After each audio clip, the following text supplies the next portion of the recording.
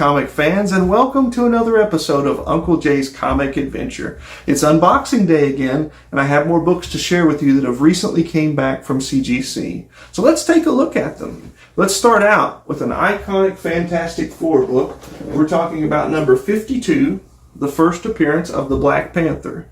Yes, it's incomplete. Yes, it's not the cleanest copy out there, but it is a blue label. It's a 0.5. As the saying goes, low grade is better than no grade. And I'm just glad to have it. First Black Panther came out in July of 1966. Next, a Spider-Man book. So we're talking about Amazing Spider-Man number 41. Came out in October of 1966, a 1.8. It's complete. It is missing just a little chunk of the cover up here, but it is a complete book. Just love the Romita shot, the rhino kind of smashing through the wall or the blocks or whatever. I'm a huge fan of those Romita Spider-Mans. I really enjoy the Ditko stuff, but especially the Romita Senior stuff is really exciting to me. First Rhino. Then we have another 0.5, but this one is certainly not the best displaying 0.5 you're going to come across. It's missing the cover. But this book is great to have in any grade. I talked about this one recently. Giant Size X-Men number 1. Missing the cover. Does have the back cover, but missing the front cover, that is. So that can still be a 0.5. They call it off-white to white pages. 1975. Summer of 75. As we discussed in a previous video, this is the first appearance of most of the X-Men that we know today, except for Wolverine. And it is his his second full appearance as well. So just a great book to have. I got a couple of these now, and I actually have another one of these sent off. I'm hoping it's going to be a little higher grade than either of the other two. But again, that's a 0.5. This is a book that was super popular a while back before the movie came out. I've had several of these, and being completely honest about it, I was hoping these would come back before the movie, but things have been pretty slow lately. So nonetheless, here's a copy of the first appearance of Morbius, Amazing Spider-Man number 101, and a 1.0. Not a bad displaying book. There's a lot of waviness in this book. I suspect it could use a press. I can't remember if I did have it cleaned and pressed, but if I did, it is not a very good job, but it may not have been. It needs a press. I can see that. There's just a lot of waviness in the book, period. You can even see that in there a little bit. Yeah. But nonetheless, not a bad looking copy for a 1.0. It displays pretty well. You can see there's a little bit of the spray at the top sometimes, from what I understand in the old days. To keep up with the date and when the books needed to be sent back, they would spray a little paint at the top, and sometimes it would run down the front or the backs or even on the inside of the pages of the books. Pretty common, especially books for around that era. Here's another copy of the same book. Amazing Spider-Man number 101. This one is a little cleaner. It's 2.5.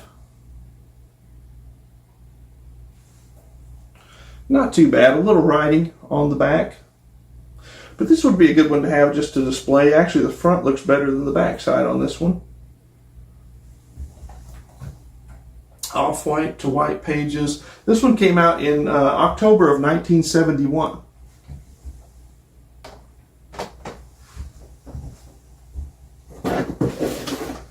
Talking about Romita covers, this one right here pretty much does it. And I'm talking about Amazing Spider-Man number 129. This is one of my favorite all-time Spider-Man covers.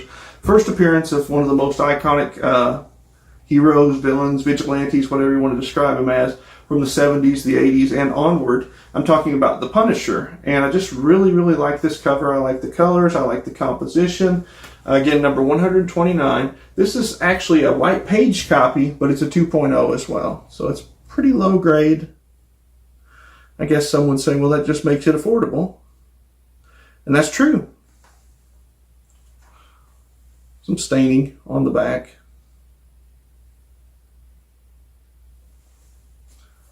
Just a really, really neat cover. I love the way that the Punisher has Spider-Man in his sight right here. It just really, really pops out, especially the red and the red or orangish red, maybe faded a little, logo on the yellow. Just a super nice book to have. I suspect this book has a lot of room to grow once the Punisher shows up in the MCU, and I'm not going to say if, I'm going to say when. It's going to happen.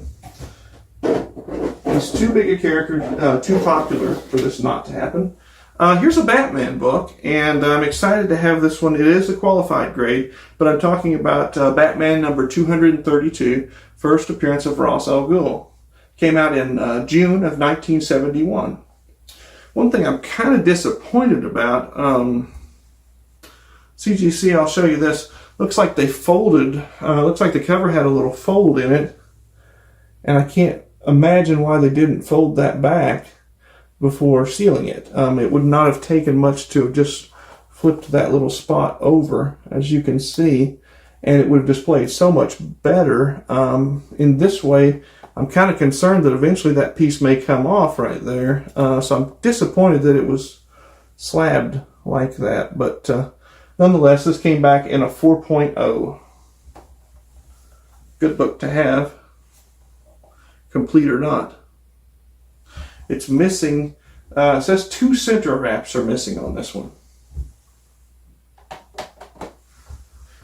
And finally, we have another low-grade super key, and I'm talking about the first appearance of the Scorpion, Amazing Spider-Man number 20, which came out in January of 1965. It's a 0.5.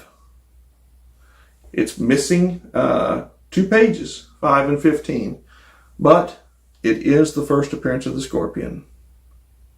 So it's still good to have this. I did not have this one in the collection at this point. At some point, I'd like to upgrade to a cleaner copy, but this is definitely a good one to have, as some would say, as a placeholder. Or just good to have. Anyway, I appreciate you joining me. Had a great time sharing these books, and I hope you enjoyed it. If you did, please like the video, and most of all, please subscribe so you can see this content more often. I really appreciate all of your support, and I look forward to seeing you in the next video.